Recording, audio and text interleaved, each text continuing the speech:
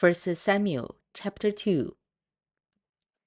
Then Hannah prayed and sighed, "My heart rejoices in the Lord. In the Lord my horn is lifted high. My mouth boasts over my enemies, for I delight in your deliverance.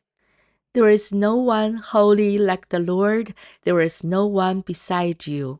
There is no rock like our God.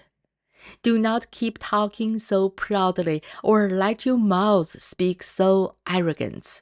For the Lord is a God who knows, and by him deeds are weighted. The bows of the warriors are broken, but those who stumbled are armed with strength. Those who were full hired themselves out for food, but those who were hungry hunger no more. She who was barren has borne 7 children, but she who has had many sons pines away. The Lord brings death and makes alive. He brings down to the grave and raises up. The Lord sends poverty and wealth. He humbles and he exalts. He raises the poor from the dust and lifts the needy from the ash heap.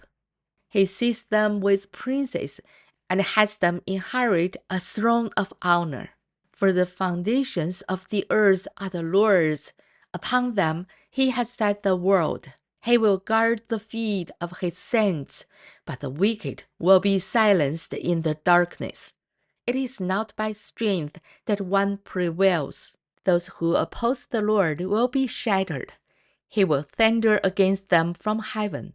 The Lord will judge the ends of the earth. He will give strength to his king and exhaust the horn of his anointed.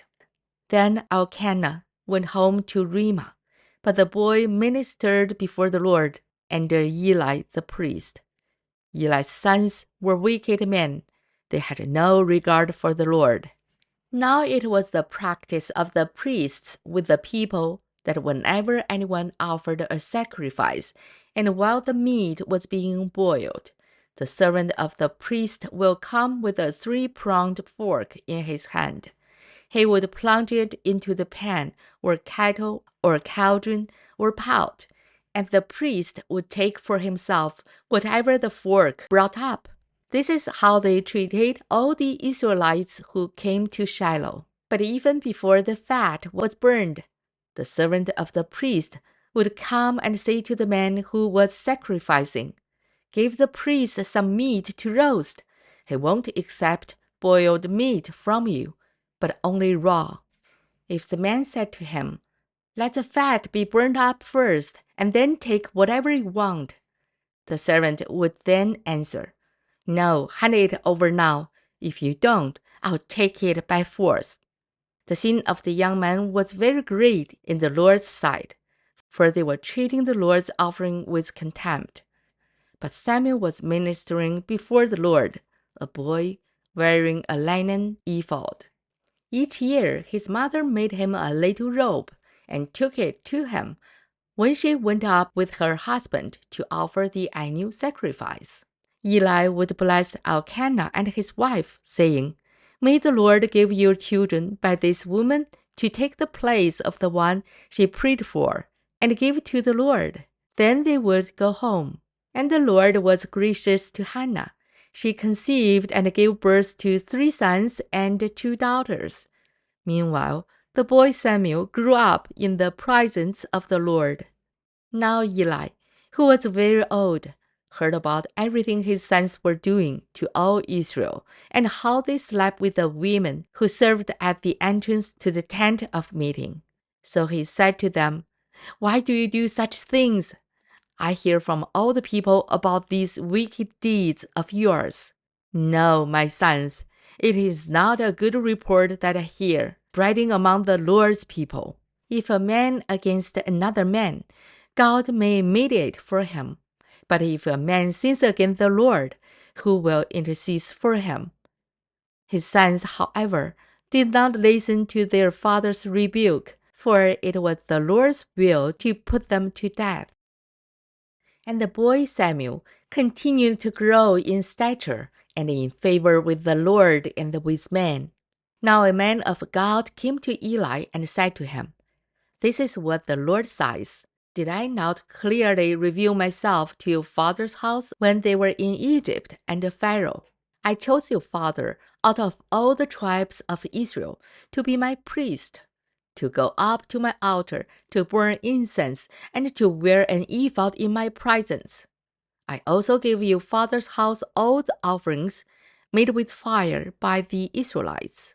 Why do you scorn my sacrifice and offering that I prescribed for my dwelling?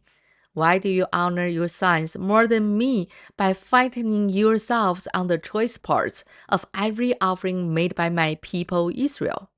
Therefore, the Lord, the God of Israel, declares, I promise that your house and your father's house will minister before me forever. But now the Lord declares, Far be it from me. Those who honor me I will honor, but those who despise me will be disdained. The time is coming when I will cut short your strength and the strength of your father's house, so that there will not be an old man in your family line, and you will see distress in my dwelling. Although good will be done to Israel, in your family line there will never be an old man. Every one of you that I do not cut off from my altar will be spared only to blind your eyes with tears and to grieve your heart, and all your descendants will die in the prime of life. And what happens to your two sons, Hophni and Phinehas, will be a sign to you. They will both die on the same day. I will raise up for myself a faithful priest, who will do according to what is in my heart and mind. I will firmly establish his house, and he will minister before my anointed one always. Then everyone left in your family line will come and bow down before him for a piece of silver and a crust of bread, and plead, Anoint me to some priestly office, so I can have food to eat. This is the end of 1Samuel chapter 2. 神的话语要昼夜思想，与恩读经频道期待与您下次再见。